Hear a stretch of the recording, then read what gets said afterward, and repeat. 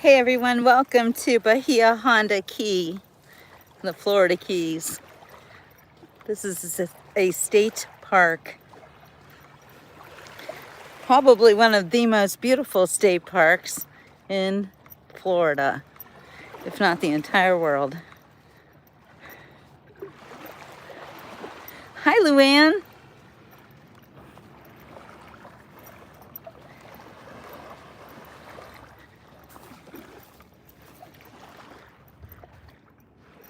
Here we see an old train bridge built by the late great Henry Flagler. They used to call it Flagler's Folly because there it is, not carrying trains. It didn't run for very long.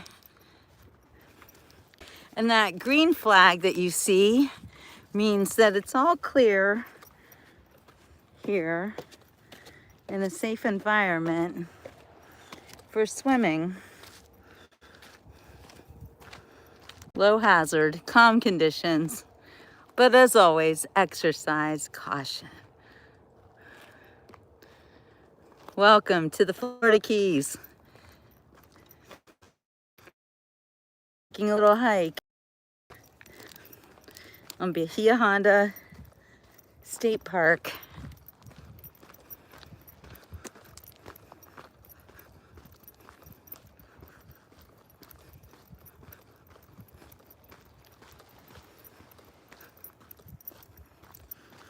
It's just the most beautiful beach day. It's very hot though. And I'll tell you, the mosquitoes, they are out. They are definitely out.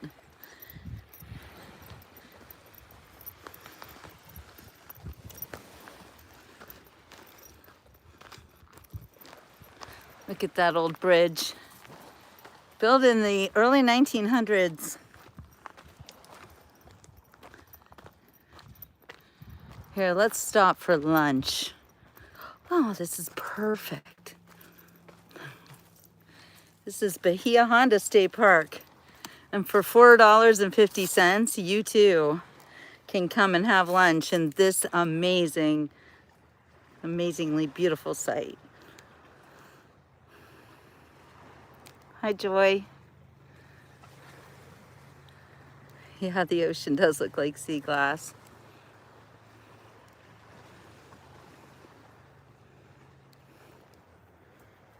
It's so beautiful here.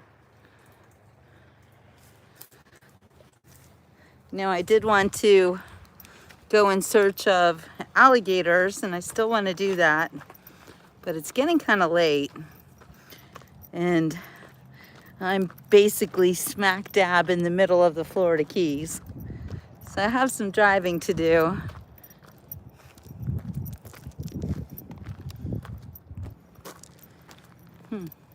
We're gonna go up here and see what we can see.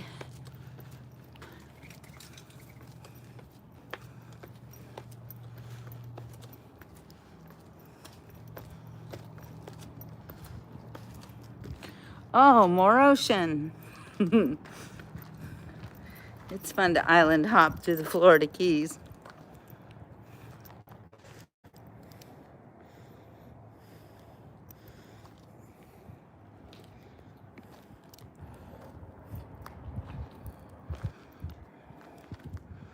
Look at that.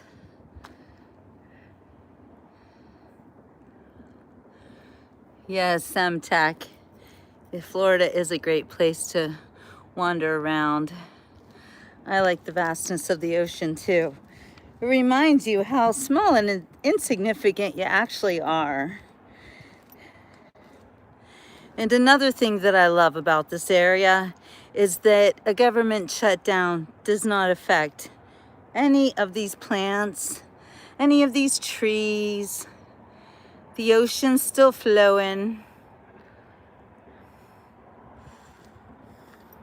The birds still fly. And people still come to visit beautiful Florida and see the nature and the coconuts, the palm trees. There's politics here. Just flowers and sand, and the third largest coral reef in the world. That is very special.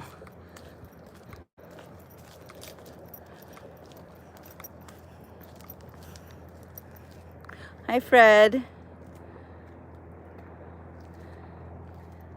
Oh, Joy, you lived here. I've always thought about living in the Keys. The only reason I wouldn't live in the Keys is because it is so remote. It is really far away from everything. You feel like you're in another world. I'm glad you love your coral. From, again, the third largest coral reef in the world.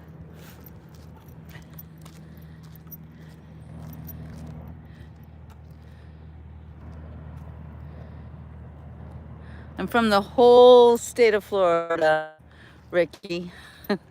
I will take you to all the beaches everywhere.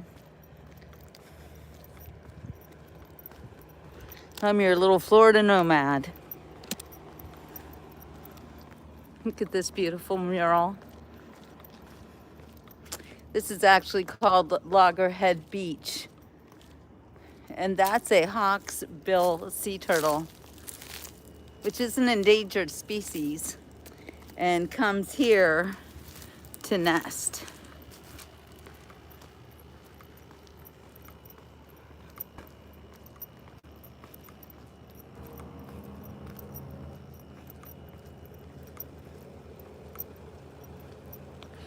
So Fort Walton Beach and Destin, beautiful, beautiful beaches, and completely different than the Florida Keys.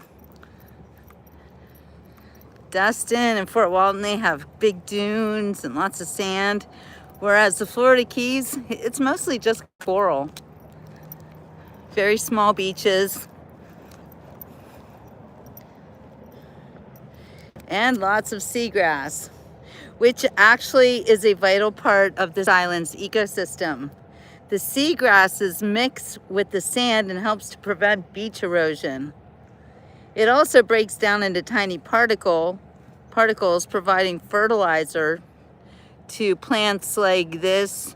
See the purple plants? That's a bean. I love those purple flowers. So they fertilize plants like that. Shorebirds also rely on the amphipods. Those are like shrimp. They're relatives of the shrimp. And they live in the seagrass, so the birds like to eat those. And sometimes you'll see a lot of seagrass like you do today, and sometimes you won't see any. It is pretty built up today, though. Hey, Dennis, I do know a lot of stuff. I'm a little walking encyclopedia, right?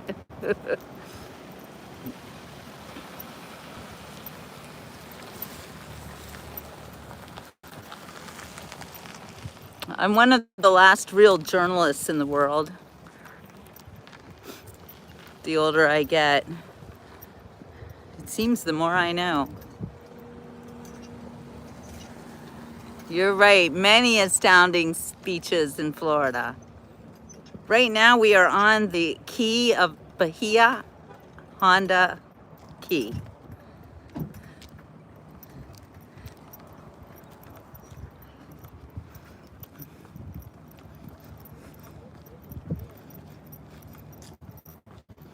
Just take a walk over here.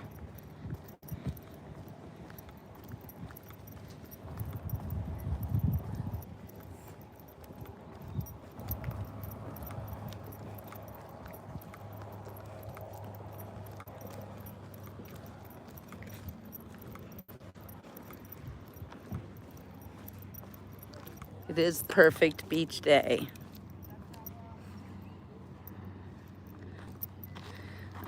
Shark netting. I don't think so. I don't see anything that would indicate something for sharks. You have a lot of sharks in Australia, don't you? We have a lot of sharks here too. But this right here, this is not for fishing. This is a boat ramp. And greetings from the Gulf of America. I love it. That's fantastic. That's right. I guess this side is the Gulf of America and the other side is the Atlantic Ocean. I've never really thought of it that way. I always thought the Florida Keys were just in the ocean. So that's a new one for me.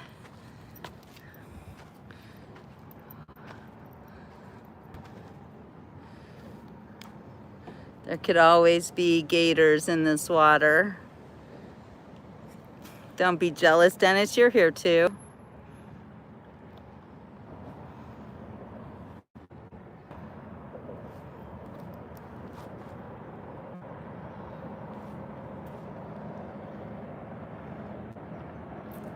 You know, me Tech, the best thing about living in Florida is that you can go and visit all sorts of different beaches.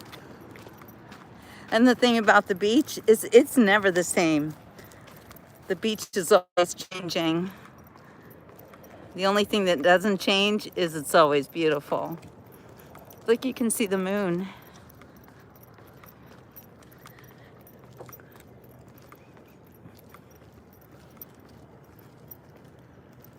That's right, you can get the sunrise and the sunset from any key.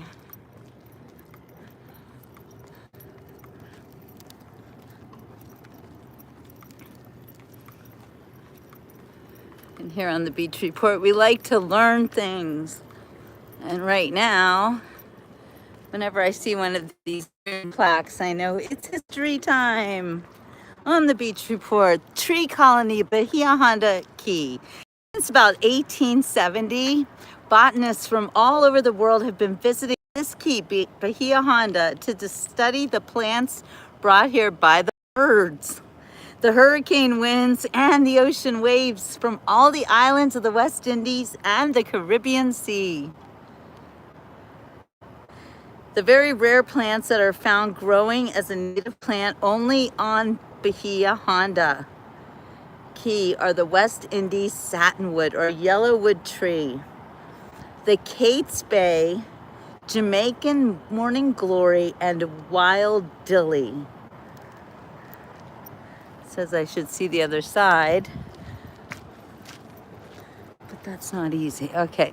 Beautiful and colorful plants from the West Indies known in the Keys and South Florida areas are the Geiger tree, they have orange flowers, the wild alamanda, which has yellow flowers, the sea lavender, fragrant white flowers and ash gray leaves, the key spider lily, which has white flowers, the bay cedar, which has yellow flowers, and the thatch and silver palms. Look at that beautiful palm tree. Gorgeous. Okay, so I showed you the Gulf of America. Let's go look at the ocean again. You know, Dennis, what is it like to live in the Keys all the time? Do you feel like you just don't live in the world? I mean, it is literally paradise from stem to stern.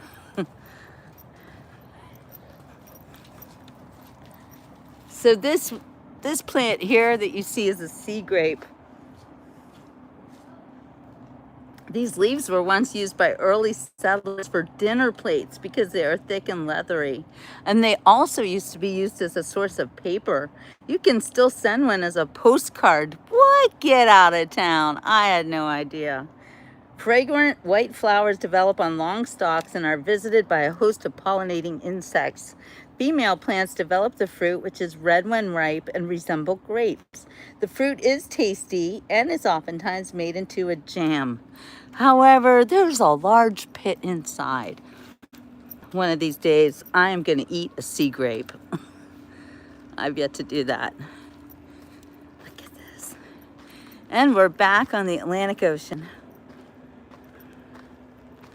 Look how calm the water is today. Just absolutely gorgeous.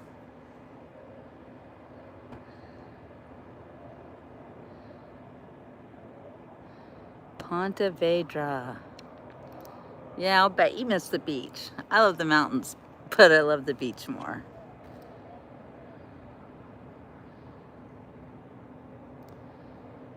See, guys, that is the Atlantic Ocean.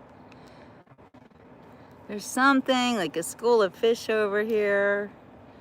You never know what we might see when the mullet run. Where there's little fish, there are big fish too. Keep your eyes trained on that water right there, because we might see something jump out.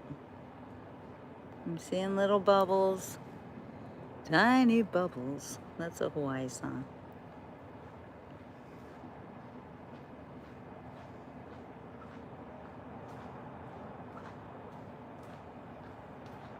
Oh, did you see that fish? He told you fish would jump.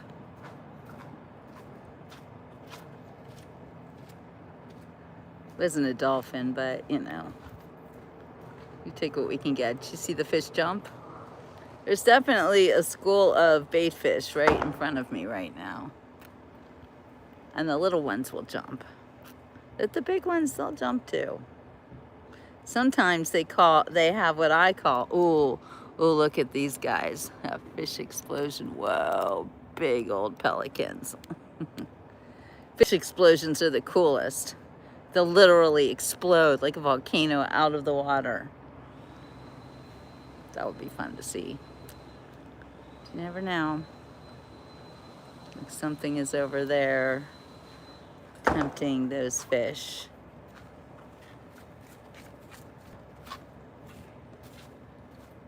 Show us a fish explosion.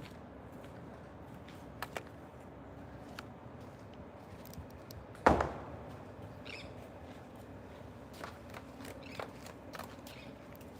don't know about you, but I could stand here and watch this forever, all day long.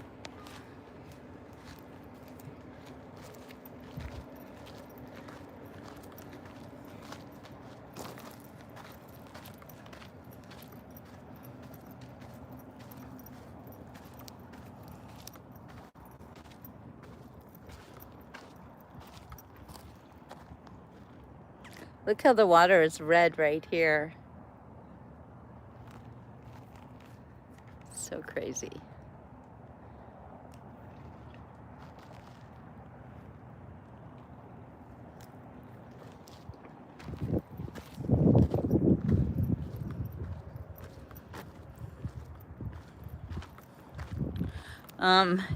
This is a little bit concerning that those steps go right into the water. That means there used to be a beach here. And beach erosion, it's a real thing. It happens.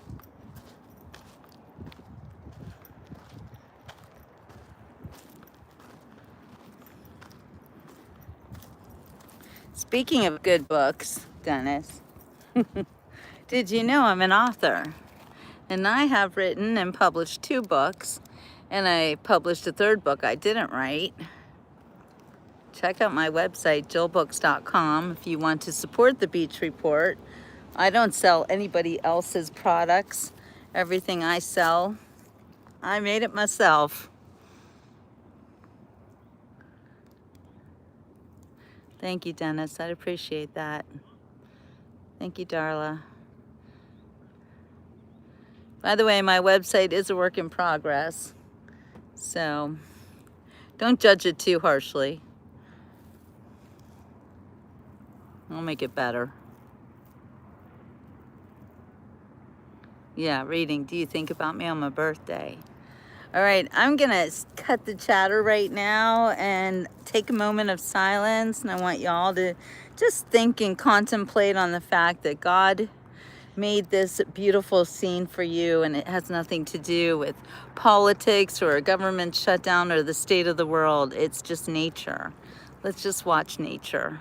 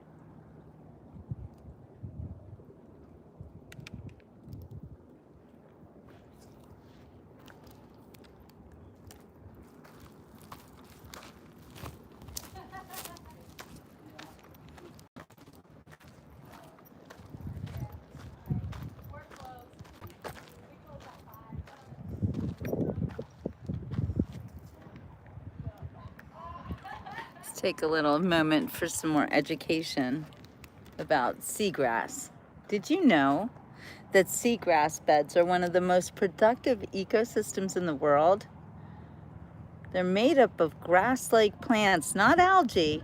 This ecosystem supports a wide variety of marine life, microscopic invertebrates, even gentle giants like manatees. People aren't left out of this equation either. Many commercial fish species spend part of their lives in seagrass beds. Not to mention that the vast array of marine life attracts tourists from all over the world.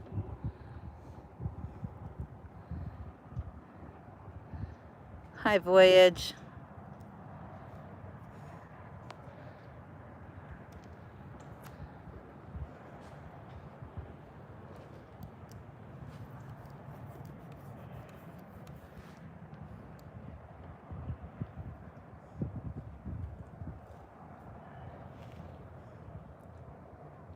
Turtle grass is known to make large meadows where it grows. It also has the deepest root structure when compared to other seagrass. Let me show you what turtle grass looks like. That's turtle grass. This is shoal grass, which is able to grow in shallower waters than most other grasses. It's also one of the first kinds to grow into a new area. Oh, here's manatee grass. That has a unique shape. It's not flat blades like this, it's cylindrical. It's also one of the first grasses to grow in a new area. Seagrasses are very sensitive. When they're hit by boat propellers, they become severely damaged. And then it takes years and years of extensive restoration work for the damage to be undone. We have to stabilize the damaged area to prevent further harm due to erosion. This can be done using something as simple as rocks or more complex tools like sediment tubes. Okay, have you ever seen this? See all these birds? They're called bird steaks, and they have to do with fertilization. Bird poop is a great fertilizer, so they put the stakes near the damaged beds to encourage birds to roost and poop there. Everything is used in the ocean. Everything.